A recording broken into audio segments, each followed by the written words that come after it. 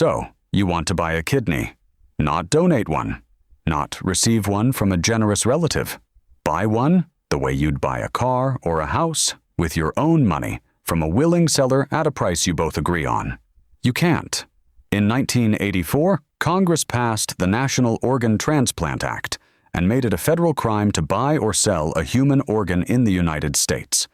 5 years in prison, $50,000 fine. That law has not been amended, updated, or reconsidered in 42 years, and in those 42 years, roughly 170,000 Americans have died on the kidney transplant waiting list. So today, we're going to do something uncomfortable. We're going to price the kidney, what it costs through the legal system, what it costs on the black market, what it costs to stay on dialysis while you wait, and the reason the United States has managed to build a system where people are dying for an organ that healthy people are willing to give up, and nobody is allowed to pay them for it. Let's start with what you're actually paying right now. If you need a kidney transplant in the United States today, the average total cost before insurance is around $447,000. That's the 2025 number from the Milliman Research Report, and it covers everything: pre-transplant care, the organ procurement itself, the hospital admission, the surgery, immunosuppressive drugs, post-transplant follow-up. $447,000, and the organ inside that number is free. Under federal law, the kidney has no price. It is donated. Every other line item on that invoice, the surgeon, the anesthesiologist, the hospital bed, the helicopter that flew the organ in, the drugs you'll take for the rest of your life, all of that gets paid. Handsomely. The only person in the entire supply chain who is required by law to work for free is the person giving up the organ. Think about that for a second. The hospital charges, the surgeon charges, the transplant coordinator charges, the pharmaceutical company absolutely charges. The Organ Procurement Organization, which is a federally designated nonprofit with a regional monopoly on organ recovery, charges. Every hand the kidney passes through takes money from it. Except the hand it came from. Now let's look at the line. The line is the point. As of 2025, more than 90,000 Americans are on the waiting list for a kidney. Not 100,000 for all organs. 90,000 just for kidneys. Every day, roughly 11 of them die while waiting. That's about 4,000 Americans per year who are on a list, who have a treatable condition, who could live another 10 or 20 years with a working kidney, and who die because the kidney doesn't arrive in time. In 2025, around 28,000 kidney transplants were performed. That sounds like a lot until you remember the list is 90,000 and growing. The average wait is 3 to 5 years. In some parts of the country, it's closer to 10. And while you wait, you're on dialysis. This is where the money gets interesting, because dialysis is not a bridge. Dialysis is a business. The average annual cost of dialysis in the United States is somewhere between $87,000 and $100,000 per patient, per year, covered overwhelmingly by Medicare. Two companies, DaVita and Fresenius Medical Care, control nearly 80% of the American dialysis market. Together, they operate the most concentrated sector in American healthcare. DaVita alone reported revenue of nearly $14 billion in 2025. And here's the part that should make you uncomfortable. DaVita's largest shareholder is Berkshire Hathaway, Warren Buffett's holding company, which owns over 40% of the dialysis giant. For every patient who gets a kidney transplant, the dialysis industry loses a customer worth roughly $100,000 a year. I am not saying anyone is deliberately keeping people on waiting lists. I am saying the math doesn't incentivize speed. A kidney transplant costs the system about $450,000 once. Dialysis costs $100,000 every single year the patient is alive.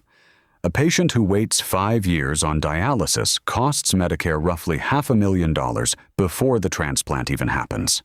The transplant then saves the system somewhere between $200,000 and $350,000 per patient compared to leaving them on dialysis for life.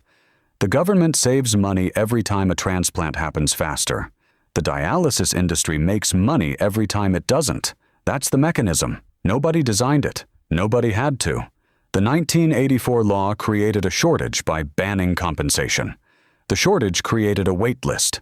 The wait list created a population of captive, chronically ill patients. And the dialysis industry built a $14 billion business on top of them. Now, if the legal price is $450,000 and the organ inside it is technically free, what does the organ cost when someone is willing to break the law? On the black market, a kidney sells for somewhere between $50,000 and $200,000, depending on where you are and how desperate you are. But that number is misleading because it's the buyer's price. The seller, the person who actually opens their body and gives up an organ, almost never sees more than a fraction of that. In developing countries, organ sellers have reported receiving between $1,000 and $10,000. Some receive less. In documented trafficking cases, some receive nothing at all. The gap between what the buyer pays and what the seller gets is the defining feature of organ trafficking.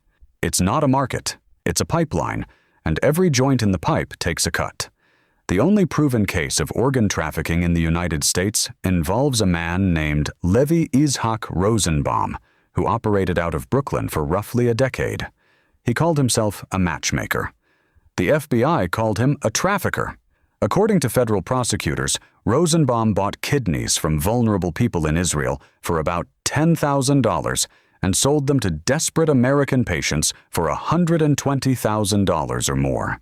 He was recorded telling an undercover FBI agent that money had to be spread around liberally to doctors in Israel, to visa preparers, to people who cared for the donors once they arrived in the U.S.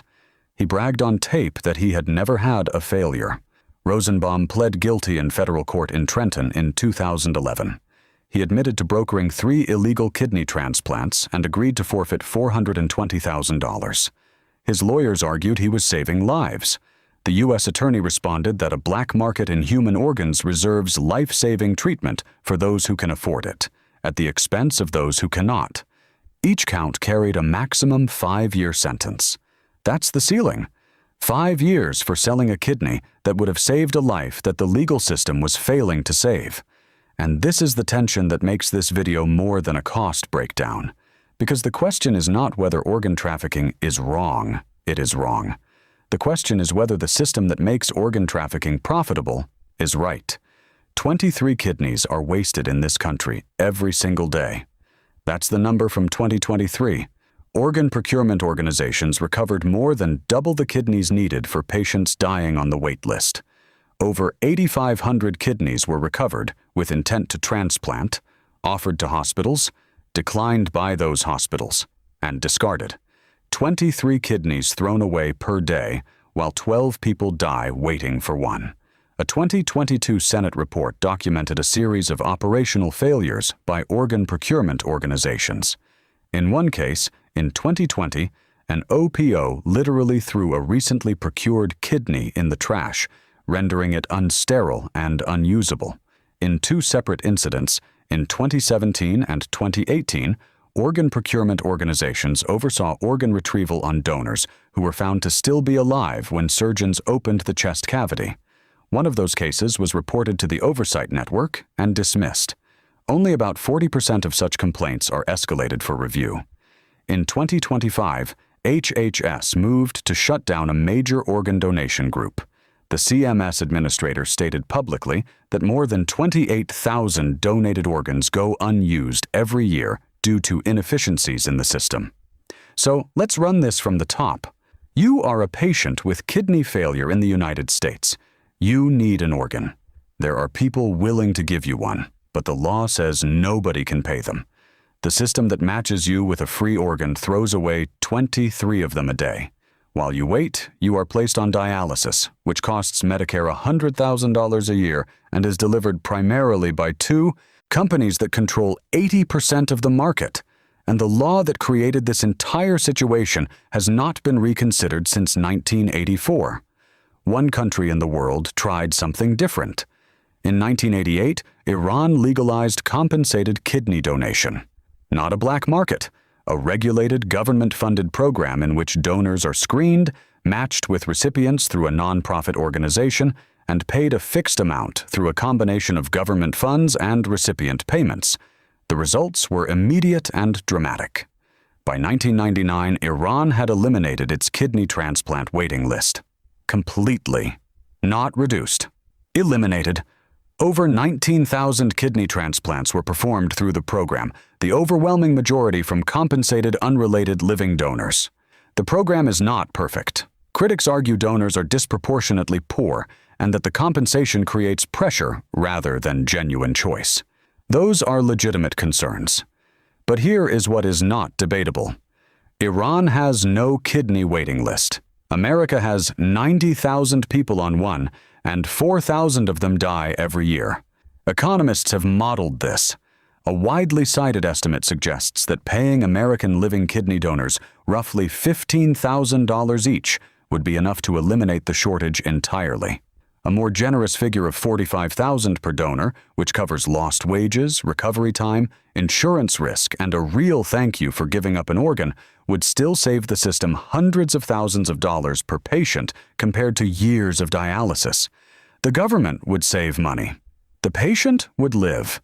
The donor would be compensated. And 4,000 Americans a year would stop dying on a waiting list that exists because Congress decided in 1984 that the only acceptable motivation for giving up an organ is altruism. Altruism has had 42 years to solve this problem. The waiting list is longer now than it has ever been. As of 2026, the Living Donor Protection Act is working its way through Congress. If passed, it would do something remarkably modest. It would prohibit insurance companies from discriminating against you for donating a kidney. Right now, in 2026, if you give a kidney to save a stranger's life, your life insurance company can raise your premiums or deny you coverage because of it. That is the current state of American law. The bill does not legalize payment. It does not create a market. It does not do any of the things that would actually fix the shortage. It just tries to stop punishing the people who are already giving organs away for free. It has not been signed into law. So here's your final accounting. A kidney transplant costs the medical system roughly $450,000. The organ inside it costs $0 by law. The black market values it at $50,000 to $200,000, most of which goes to brokers, not donors. The cost of not getting a kidney is roughly $100,000 a year in dialysis for 3 to 10 years, until either the transplant happens or you die. The cost of paying a donor to eliminate the shortage entirely would be about $15,000 to $45,000 per kidney. And the cost of the law that prevents that payment is around 4,000 American lives per year. $450,000 to transplant a kidney. $15,000 to get one donated voluntarily. 4,000 lives lost because nobody is allowed to pay the difference. Every number in this video is public. Every source is a government report, a peer-reviewed study, or a federal court filing. None of this is hidden. It's just not supposed to be said out loud, because the moment you put a price on a kidney, you are forced to admit that the system that refuses to has been charging one all along. It just collects in lives instead of dollars.